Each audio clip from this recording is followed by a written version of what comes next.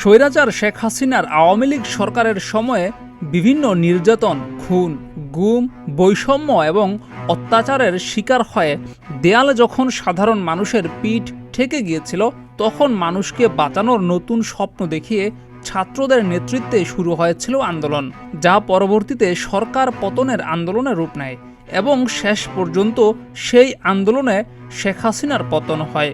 এরপর থেকেই আলোচিত ছিল ছাত্রদের সম্ভাব্য নতুন রাজনৈতিক দল গঠনের বিষয়টি। সেই আলোচনা আর অপেক্ষার পর অবশেষে ছাত্রদের নতুন রাজনৈতিক দলের আত্মপ্রকাশ হয়ে গেল, যার নাম জাতীয় নাগরিক পার্টি। নাহিদ ইসলামকে প্রধান করেই এই দলটি গঠন করা হয়েছে। কিন্তু প্রশ্ন হচ্ছে, নাহিদ ইসলামই কেন এই দলের প্রধান হলো? আরও তো অনেক নেতা ছিল যারা এই পজিশনে আসতে পারত, সেটা কেন হলো না? জাতীয় নাগরিক কমিটির বেশ কিছু নেতার সঙ্গে কথা বলেছে বিবিসি বাংলা। সেখানে তারা যা বলেছে তার সার কথা হচ্ছে সাংগঠনিক দক্ষতা, রাজনৈতিক বোঝাপড়া এবং জনগণের সাথে ডিলিং। এই তিনটি দক্ষতা যার মাঝে উপস্থিত থাকে, রাজনৈতিক দলের ক্ষেত্রে তারাই সামনের দিকে এগিয়ে যায়।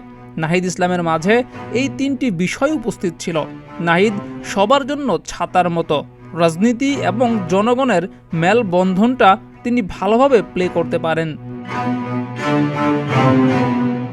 ফ্যাসিবাদী ব্যবস্থা বিলোপের আহ্বানটা নাহিদ ইসলামই প্রথম জানিয়েছিলেন। গণ অভ্যুত্থানের আইকন বলা যায় তাকে। সেই চেতনাকে ধারণ করেই যেহেতু এই রাজনৈতিক দল গঠন করা হয়েছে, স্বাভাবিকভাবেই তাই নাহিদ এখানে প্রধান চরিত্র। আবার কেউ কেউ বলছে এটা স্ট্র্যাটেজিক্যাল। নাহিদকে যদি সদস্য হিসাবে থাকার জন্য বলা হয়, তাহলে নাহিদ সেটাতেও রাজি। তাদের রাজনীতিটা খুবই একতাবদ্ধ। তাছাড়া নাহিদ ইসলাম আন্দোলনে অনেক নির্যাতন সহ্য করেছেন, এর মধ্য দিয়েই সে পরীক্ষিত নেতা হয়ে উঠেছে। সবাই তার এই বিষয়ে একমত হয়েছে। সাংগঠনিকভাবে তার বিরোধিতা কেউ করেনি, কারণ এই আন্দোলনের মূল শক্তি ছিল সে। নাহিদ ইসলাম সর্বপ্রথম আলোচনায় আসেন 2018 সালে কোটা বিরোধী আন্দোলনের সময়। যদিও সেই সময় তিনি নেতৃত্বে ছিলেন না, সেই সময় নাহিদের প্রতিবাদী কণ্ঠস্বর আলোচিত ছিল। সেজন্য তাকে বিশ্ববিদ্যালয়ের প্রশাসন থেকেও বাধার মুখে পড়তে হয়েছিল। 2019 সালে ডাকসু নির্বাচনে অংশগ্রহণ করেছিলেন তিনি। সেই সময় নুরুল রাশেদ ফারুক প্যানেল থেকে তিনি সংস্কৃতি সম্পাদক হিসেবে নির্বাচন করেন, যদিও সেই নির্বাচনে তিনি জয়ী হননি। এরপর 2023 সালে মতবিরোধের জেরে এই দল থেকে বেরিয়ে যান নাহিদ। এরপর গণতান্ত্রিক ছাত্র শক্তির কেন্দ্রীয় নেতা হিসেবে যোগ দেন।